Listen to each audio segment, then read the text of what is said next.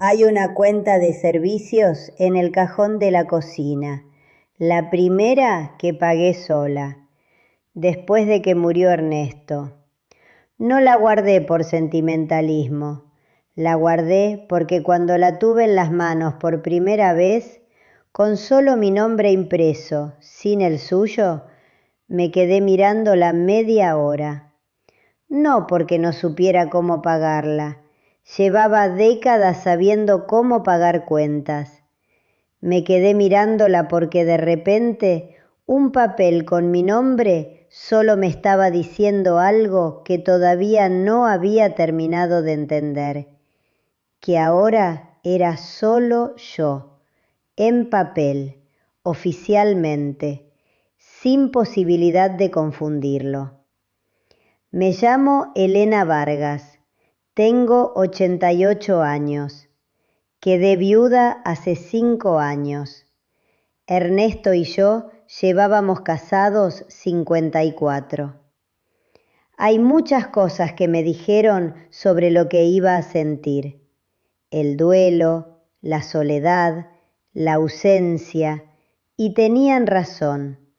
Todo eso llegó, de maneras que no esperaba y en momentos que no anticipaba.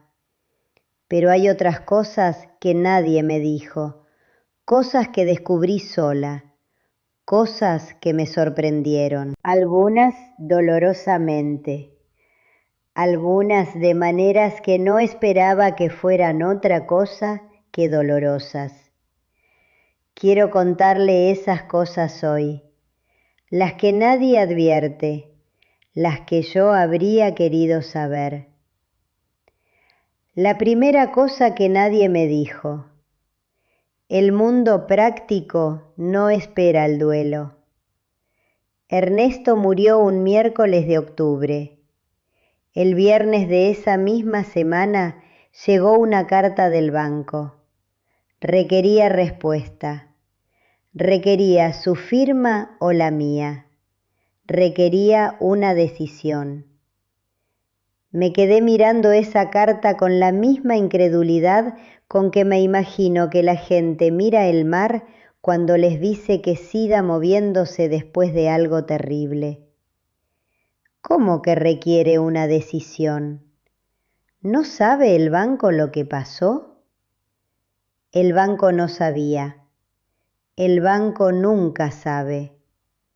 El mundo práctico sigue con una indiferencia que no es crueldad, sino simplemente que el mundo práctico no tiene mecanismo para el duelo. Tuve que aprender a moverme en ese mundo mientras seguía de duelo, no en lugar del duelo, al mismo tiempo. Llamadas que hacer mientras lloraba, papeles que firmar con manos que temblaban, decisiones que tomar sobre cosas que nunca había manejado porque Ernesto las manejaba.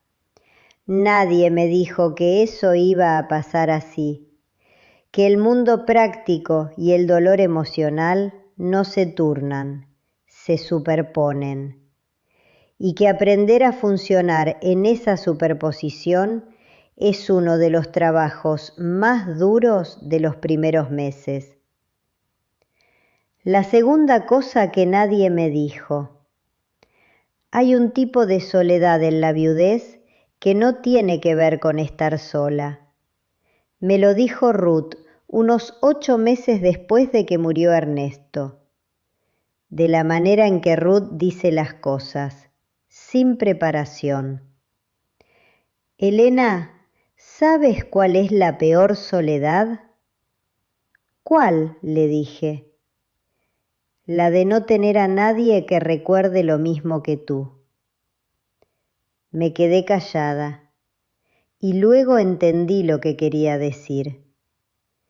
Cuando pienso en algo de 1978, no hay nadie a quien llamar que diga: sí, me acuerdo, eso fue cuando, y luego nosotros. Esa memoria compartida, ese archivo que se construye en décadas de vida junto, murió con Ernesto. Nadie más tiene ese archivo. Nadie más sabe exactamente cómo era la cocina en 1975, el olor específico del apartamento en verano, la manera en que la luz entraba por la ventana del cuarto los domingos. Eso existía entre nosotros dos. Y cuando murió él, esa parte del archivo quedó solo en mí, sin nadie que lo confirme, sin nadie que lo comparta. Esa soledad, la soledad de ser el único testigo, es la que más pesa y es la que menos se menciona. La tercera cosa que nadie me dijo. Iba a descubrir quién era sin ser la esposa de alguien. Esto suena extraño dicho así. Yo sabía quién era. Era Elena Vargas, profesora, madre, mujer con opiniones sobre casi todo. Pero resulta que una parte de quien uno es se define en relación. Y cuando la relación termina, esa parte queda flotando, sin referencia. Ernesto era el punto fijo alrededor del cual ciertas cosas de mí tenían sentido. Mis gustos culinarios en parte eran respuesta a los suyos. Mis hábitos de la mañana en parte eran respuesta a los de él. La manera en que organizaba el tiempo, lo que ponía en la lista del mercado, el volumen de la televisión, la temperatura del cuarto para dormir. Todo eso era mío. Pero todo eso también era en relación a él. Y cuando él no estuvo, tuve que redescubrir cuáles de esas cosas eran mías de verdad y cuáles eran simplemente la respuesta a alguien que ya no estaba. Eso tomó tiempo, más del que esperaba. Descubrí que me gustaba dormir con la ventana abierta. Ernesto tenía frío siempre. La ventana estaba cerrada siempre. Descubrí que prefería el silencio en las mañanas. Ernesto ponía la radio inmediatamente. Yo lo había aceptado como parte del paisaje. No era parte de mi paisaje, era parte del suyo. Esas pequeñas redescubrimientos, algunas ridículas, algunas más significativas, fueron el proceso de volverme a encontrar, de separar lo que era mío de lo que era nuestro. Nadie me advirtió que ese proceso existía, ni que podía ser a la vez doloroso y liberador en la misma tarde. Antes de seguir, si esto le está diciendo algo, si es viuda o viudo, o si conoce a alguien que lo es, dele like a este video ahora mismo. Hay personas que están en este proceso completamente solas, sin saber que lo que sienten tiene nombre. Un like ayuda a que este video llegue a ellas. Y si quiere seguir recibiendo estas historias, suscríbase al canal. Es gratis. Siempre lo será. Sigamos. La cuarta cosa que nadie me dijo. Algunas personas van a desaparecer. No las esperaba. Creía que la muerte de un esposo solidificaba los vínculos, que el duelo unía. En algunos casos, sí. Claudia y yo nos acercamos de maneras que no habría anticipado. Amigos que no veía hace años aparecieron. Pero también hubo desapariciones.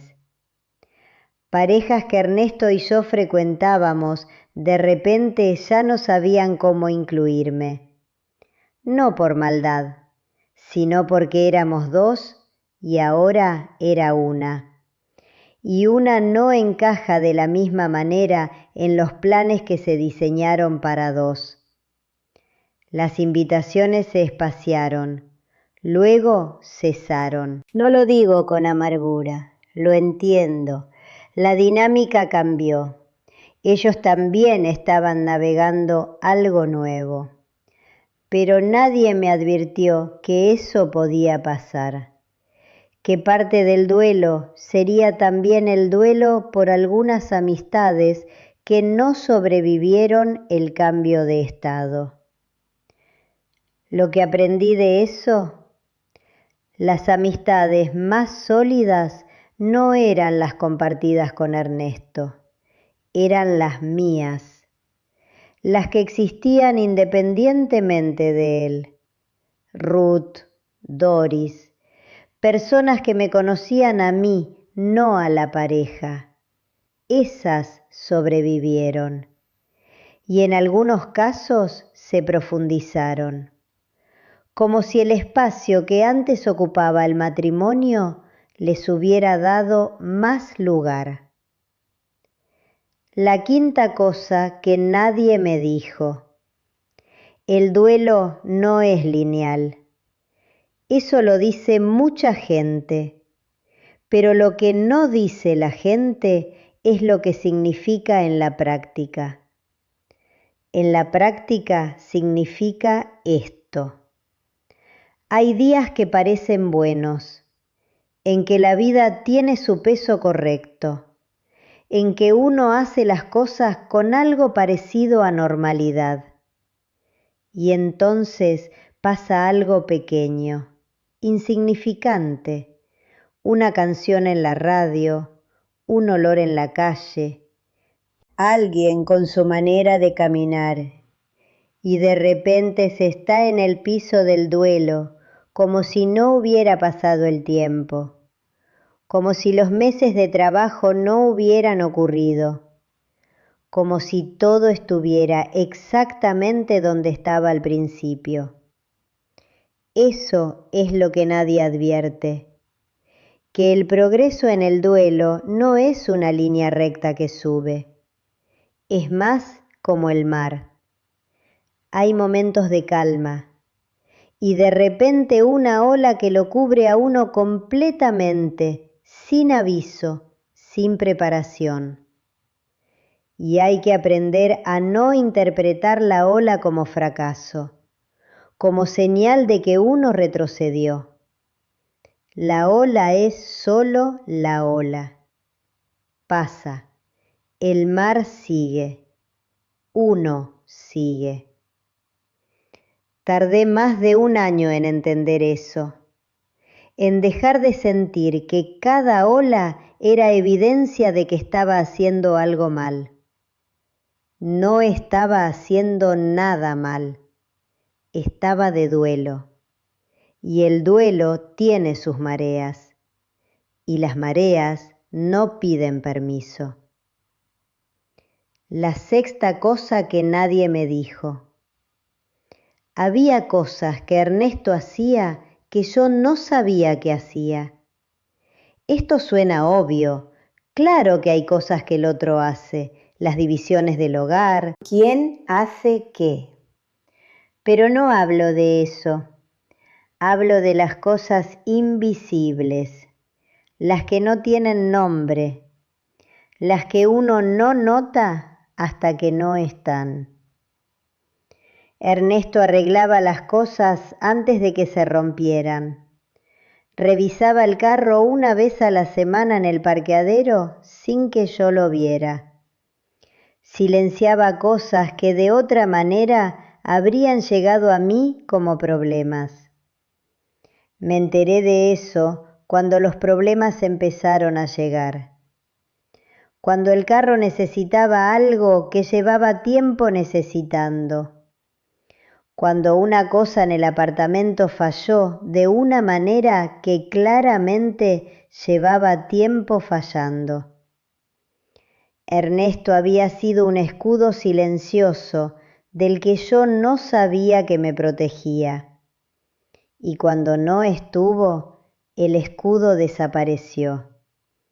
Y tuve que aprender a hacer esas cosas yo misma, o a pedir ayuda para hacerlas.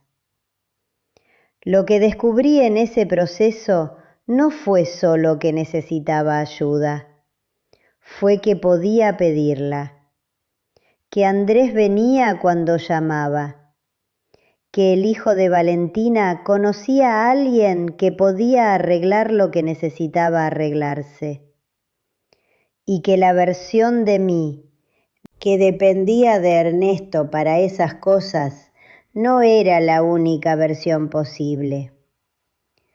Voy a hacer una pausa aquí. Si hay alguien en su vida que quedó viudo o viuda recientemente y está navegando todo esto solo, comparta este video con esa persona, no para darle respuestas, para que sepa que lo que siente tiene nombre, que no está haciendo algo mal, que las mareas del duelo no son fracaso. Y si todavía no está suscrito, hágalo ahora. Cada semana hay una historia nueva. Sigamos. La séptima cosa que nadie me dijo. Y esta es la que más me sorprendió. Iba a extrañar cosas que no esperaba extrañar. Esperaba extrañar a Ernesto. Claro que lo esperaba. Y lo extraño. Con una nitidez que a veces todavía me toma desprevenida. Pero hay cosas específicas que no anticipé. Extraño el ruido que hacía al dormir. Llevaba 54 años durmiendo junto a ese ruido. El silencio de la noche sin él tardó meses en sentirse normal. Todavía algunos días no se siente normal. Extraño tener a alguien que recuerde que ya comí y que si digo que no tengo hambre, probablemente tengo hambre, pero estoy brava. Extraño la discusión sobre el clima. Ernesto tenía teorías elaboradas sobre cuándo iba a llover, que estaban equivocadas aproximadamente el 60% del tiempo, y yo se lo señalaba, y él defendía su metodología.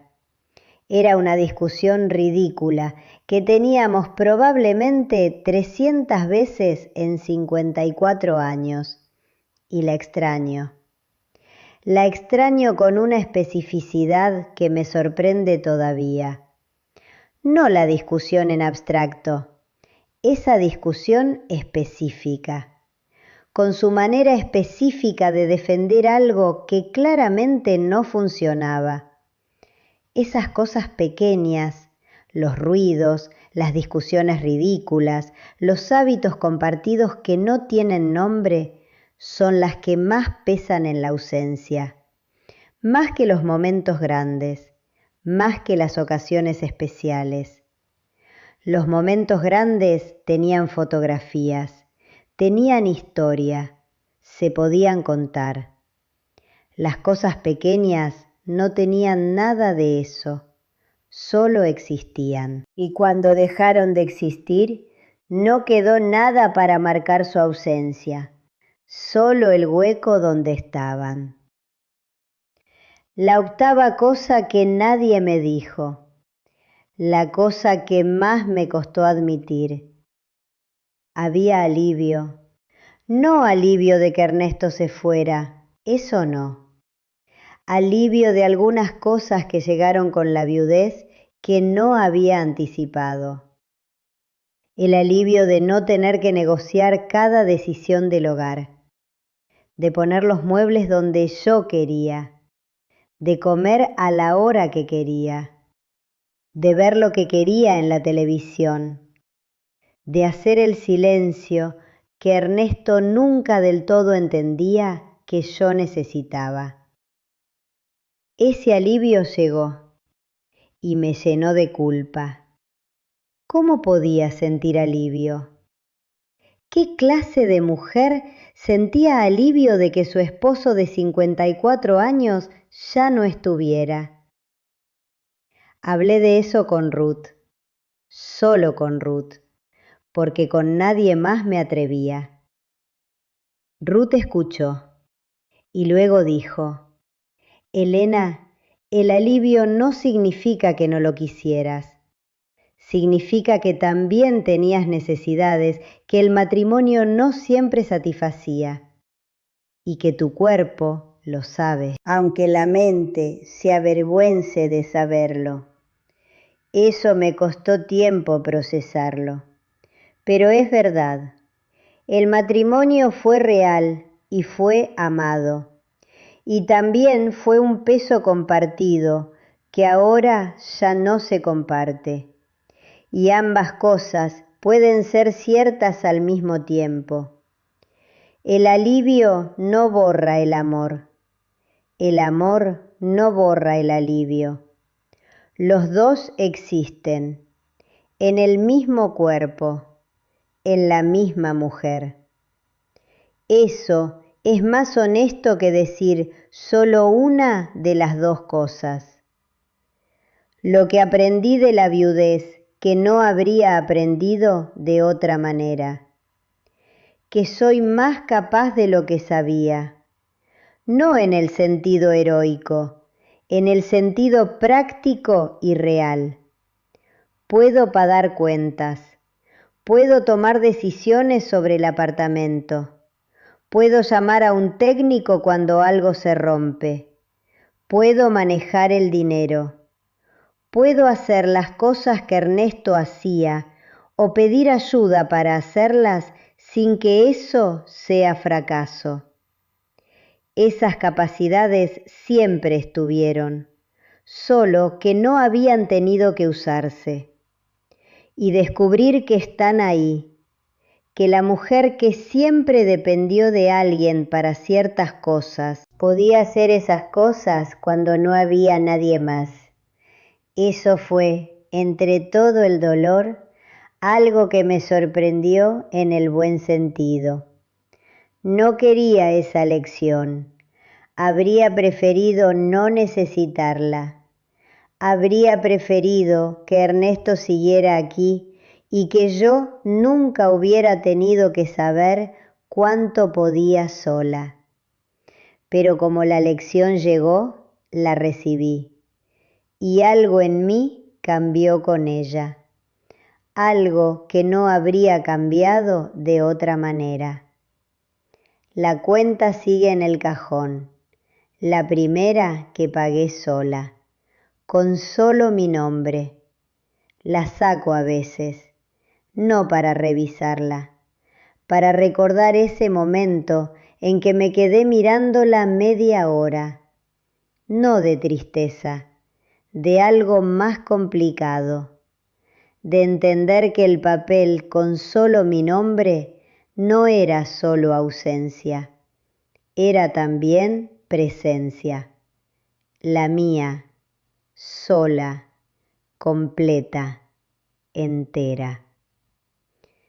Tengo 88 años, llevo 5 siendo solo yo, en papel y en práctica. Y lo que encontré en esos 5 años, lo que nadie me dijo que podía encontrar, no es solo pérdida. Es también, despacio y con trabajo, y con más mareas de las que esperaba, algo que se parece mucho a estar completa. No como estaba antes, de una manera diferente, nueva, mía. Eso es suficiente. Eso es, finalmente entiendo, exactamente suficiente. Antes de irse, 3 cosas pequeñas. La primera, dele like a este video. Hay personas en la viudez que nadie les está diciendo la verdad. Un like ayuda a que este video llegue a ellas. La segunda, suscríbase al canal si todavía no lo hizo. Cada semana hay una historia nueva. Y no le cuesta nada estar. La tercera, si conoce a alguien que perdió a su pareja recientemente o hace tiempo, llámelo, no para dar consejos, solo para preguntar cómo está y esperar la respuesta de verdad. A veces lo que más necesita una persona que está sola es que alguien note que está sola. Nos vemos la próxima semana. Estaré aquí, con mi cuenta en el cajón, todavía aquí.